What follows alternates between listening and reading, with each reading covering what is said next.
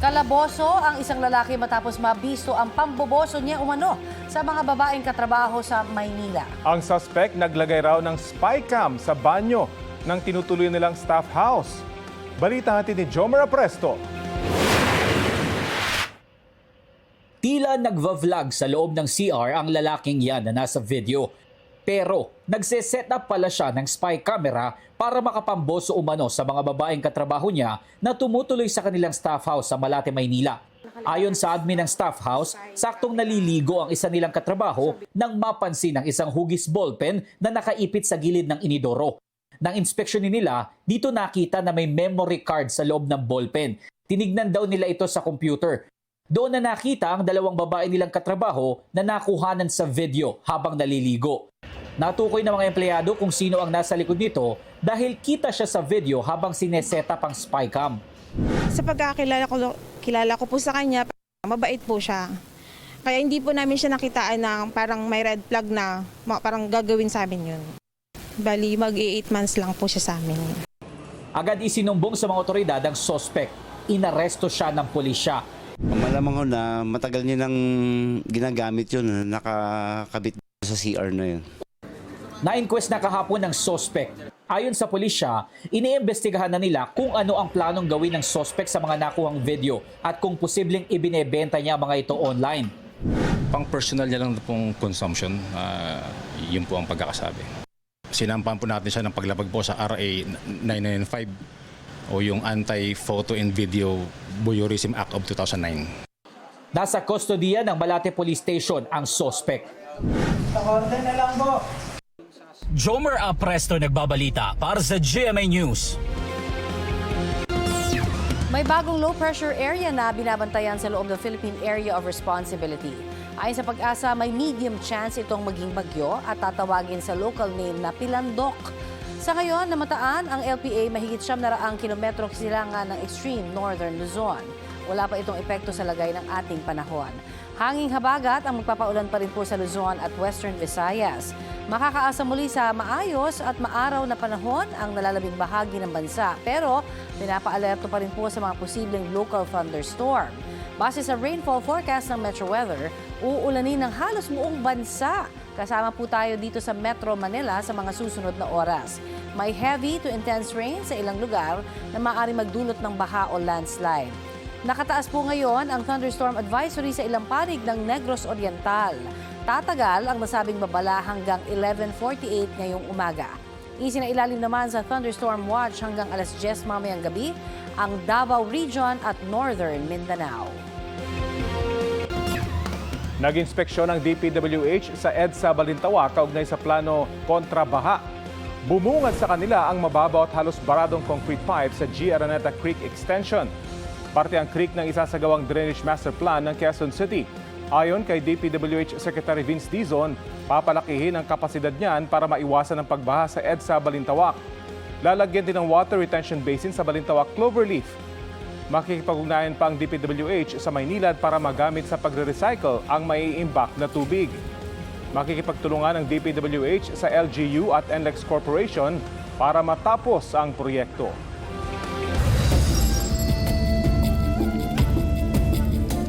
Patay ang isang lalaki matapos malunod sa dagat na sakop ng Bawang, La Union.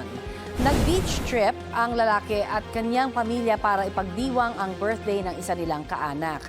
Ayon sa pulisya, lasing ang 30 anyos na lalaki nang maisipang maligo sa dagat kasama ang kanyang pinsan. Hindi na nakaahon ang biktima hanggang matagpuan po siya na wala ng buhay. Naiuwi na ang mga labi niya sa mga Tarem, Pangasinan. Nabalot ng makapal na alikabok ang ilang bahagi ng Pasay at Makati kahapon. Halos nag-zero visibility pa pasado alas 2 ng hapon. Malakas ang hangin noong mga sandaling yun ayon sa uploader ng video. Unti-unti ring nagdilim ang paligid. Tumagal yon ng 30 minuto hanggang sa humina ang hangin. Tingin ng netizens, tinakay ng malakas na hangin ang buhangin at alikabok mula sa nire-reclaim na bahagi ng Manila Bay. Paliwanag ng Pag-asa, hindi sandstorm kundi gust front ang naranasan sa ilang bahagi ng Metro Manila. Ang gust ay bahagi ng thunderstorm na may dalang malalakas na hangin na maaaring tumangay sa mga buhangin o alikabok sa isang lugar. Ngayong panahon ng habagat, posibleng mapadalas ang thunderstorm activities. Pinag-iingat ang publiko tuwing may gust front dahil sa dala nitong panganib sa kalusugan. Maiging magsuot ng face mask. Tila umulan sa loob ng tren ng LRT-1 ito pong Lunes. Napatayo sa kanilang upuan ang ilang naperwisyong pasahero dahil sa malakas na tulo ng tubig mula sa kisame ng bagon. Kwento ni Yus Cooper Sam Peñaflor, galing siya sa Ninoy Aquino Avenue Station at papuntang FPJ Station nang matuluan ang kanyang ulo sa bahagi ng monumento. Nagtaka po siya dahil wala namang ulan noong oras na yon. Kalaunan, kumalat ang tubig hanggang sa gitna ng bagon. Ayon sa Light Rail Transit Authority, umapaw ang tubig mula sa air conditioner matapos mabarahan ang drainage system ng tren. Inisyuhan ng LRTA ng citation ticket ang Light Rail Manila Corporation na maintenance provider ng linya. Sa inilabas na pahayag ng LRMC, sinabi nilang nahanap at napalitan na po ang nasirang drain line valve ng air conditioning unit. Nasira raw ito bago pa ang inaasahang 3 to 5 year lifespan nito. Isinasailalim na sa safety and maintenance check ang nasabing unit. Para maiwasan daw na maulit ang parehong insidente, mas dadalasan nila ang inspeksyon sa mga drain valve ng aircon ng mga tren.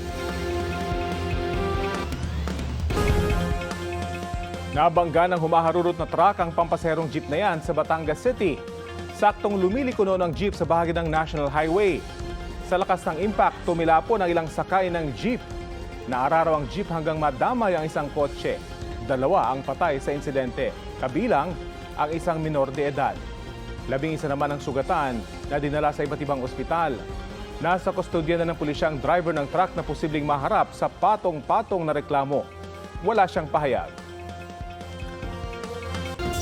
Hulikam ang pagnanakaw ng isang lalaki sa isang bahay sa Navotas. Kabilang sa mga natangay ay 25,000 pesos in cash na pambayad sana ng tuition sa kolehiyo. Balitang hatid ni Gabriel Gonzalez. Nahuli kamang pagpasok ng lalaking yan na nakasuot ng face mask sa isang bahay sa barangay NBBS Kaunlaran, Navotas pasado alas 12 ng hating gabi kahapon.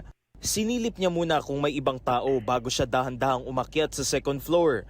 Maya-maya, kita ang lalaki na may tangay ng bag at saka umalis.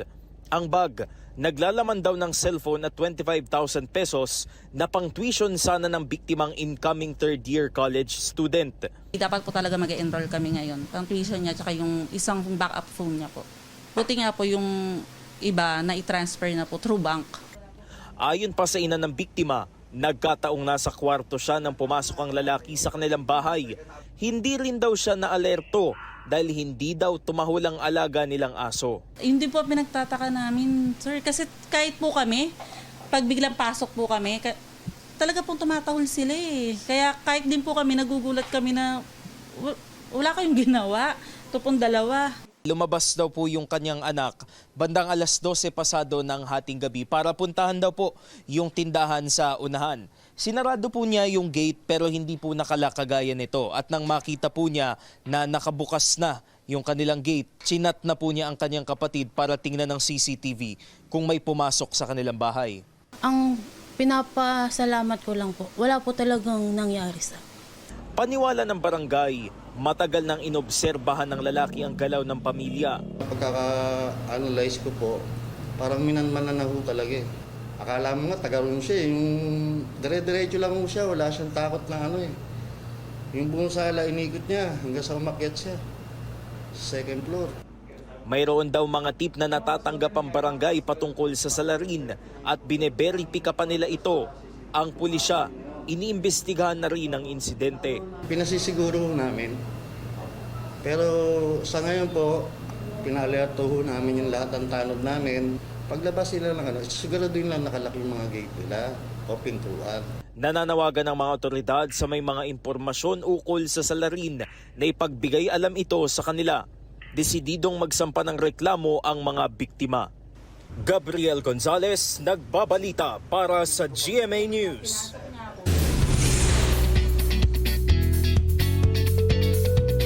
Webes latest, magsasama sa newest project ang former PBB housemates na sina AZ Martinez, Ralph De Leon at Michael Sager. Yan ang romantic comedy series na The Way Back to You, na collab project ng View Philippines at Rain Entertainment. Chika ni AZ excited at physically preparing na siya for her look sa series. Para kay Ralph naman, chance raw ito para maipakita ang kanyang kalog at comedic side. Aminado naman si Michael na labas sa kanyang comfort zone ng role na gagampanan sa The Way Back to You. Makakasama rin nina AZ at Ralph at Michael sa series sina Ashley Sarmiento at Marco Massa. Super excited na po kasi ito yung first lead ko. I was the top of mind when they were creating the story. That's a big thing. That's a big achievement for me. Kaya, ayun, I can't wait. Matagal ko na ito inaantay. I think we will be able to create a new Ralph. Ang dami talagang aabangan kasi may mga baon na akong mga jokes. Let's see how it goes. It's my first time portraying a character like this and siguro dream ko talaga gumawa ng romantic comedy. It's really stepping outside my comfort zone and trying something new.